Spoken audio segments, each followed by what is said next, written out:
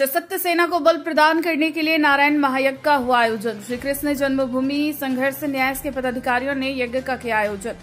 श्री कृष्ण जन्मभूमि संघर्ष न्यास द्वारा भारतीय सेना एवं सशस्त्र बलों को बल प्रदान करने के लिए नारायण महायज्ञ का आयोजन दिल्ली प्रदेश बसंत कुंज एनक्लेव A11 पर न्यास के राष्ट्रीय मंत्री एवं बिहार प्रदेश के प्रभारी राजन कुमार उर्फ आशु चौहान ने कार्यक्रम के मुख्य संयोजक के रूप में आयोजित किया गया। इस अवसर पर मुख्य अतिथि के रूप में श्री कृष्ण जन्मभूमि संघर्ष न्यास के अध्यक्ष एवं कृष्ण जन्मभूमि के मुख्य पक्षकार दिनेश फलाहारी महाराज रहे।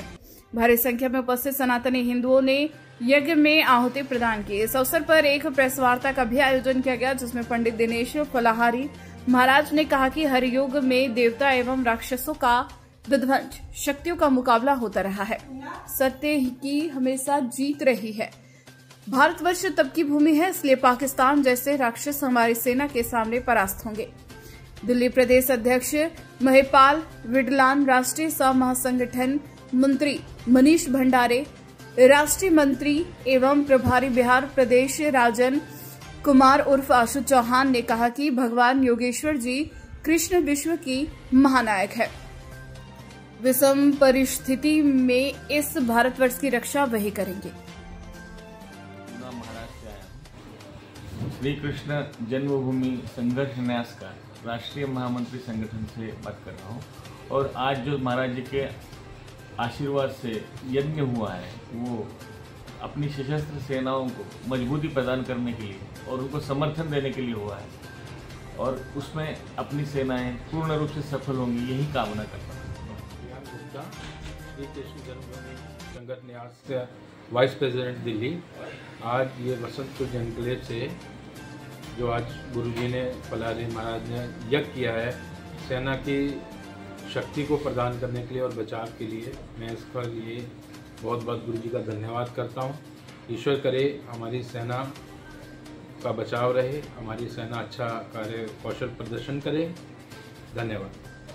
आज बसंत कुंज A11 में जो हवन हुआ और हमारे मथुरा के फलाहारी बाबा जो हमारे घर पे पधारे, उनके द्वारा यज्ञ का जो यज्ञ समापन किया गया, यज्ञ स्टार्ट किया गया। इस यज्ञ के आधार पे हमारे भारतीय सैनिकों का काफ़ी मनोबल ऊंचा करने के लिए यज्ञ किया गया और उनको शक्ति प्रदान करे जो पाकिस्तान आतंकवाद को सफाया कर सके। यहाँ काफ़ी लोग इस हवन में शामिल हुए और उनको हर तरह का हार्दिक। मैं महिपाल विडलान, श्री कृष्ण जन्मभूमि संघर्ष न्यास का प्रदेश अध्यक्ष। आज दिल्ली बसंत कुंज के अंदर जो दिनेश फलाहारी महाराज जी के द्वारा जो एक यज्ञ का आयोजन हुआ है, वो हम अपनी सशस्त्र सेनाओं के मजबूती के लिए, उनका शौर्य शक्ति बढ़े, उसके लिए हमने ये यज्ञ किया है। और श्री कृष्ण जन्मभूमि संघर्ष न्यास के सभी भक्तगणों का समर्थन हमारी सेनाओं के साथ है और देश के प्रधानमंत्री जी के साथ है।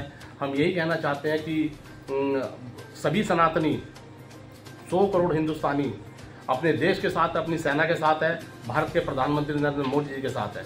जय हिंद, जय श्री कृष्ण। आज जो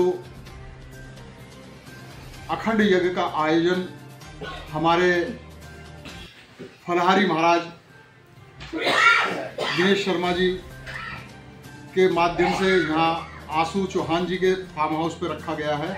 इसका उद्देश्य एक ही था कि जो जबरन कायर गद्दार पाकिस्तान ने ये जो युद्ध हमारे ऊपर थोपा है, तो अब इसे अंजाम भुगतना पड़ेगा। आज मैं देख रहा हूं कि उनके जितने भी चाइनीज खिलौने हैं, हथियार हैं, हेलीकॉप्टर हैं, विमान हैं, सब तड़प तड़प करके गिर रहे हैं।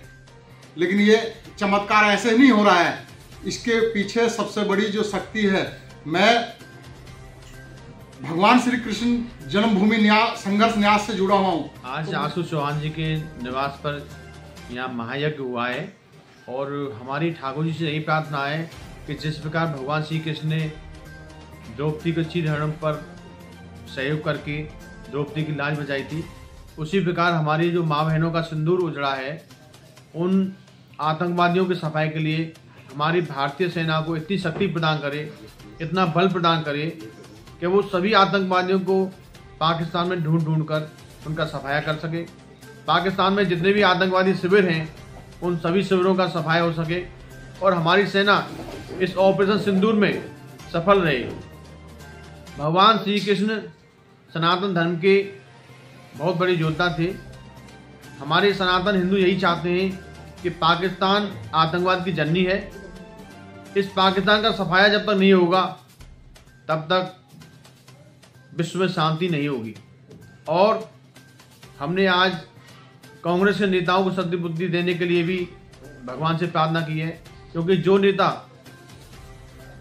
ऐसे विवादित बयान दे रहे हैं जो पाकिस्तान में वायरल हो रहे हैं, तो ऐसे नेताओं की सद्बुद्धि के लिए भी भगवान से प्रार्थना की है। ऐसे नेताओं को सोचना चाहिए ये देश हित में और पाकिस्तान के हित में क्या अंतर है। आप लोगों को पाकिस्तान इतना प्रिय है तो पाकिस्तान चले जाओ, और हिंदुस्तान में रहना है तो भारत माता की जय बोलनी होगी और हिंदुस्तान से प्रेम दिखाना होगा।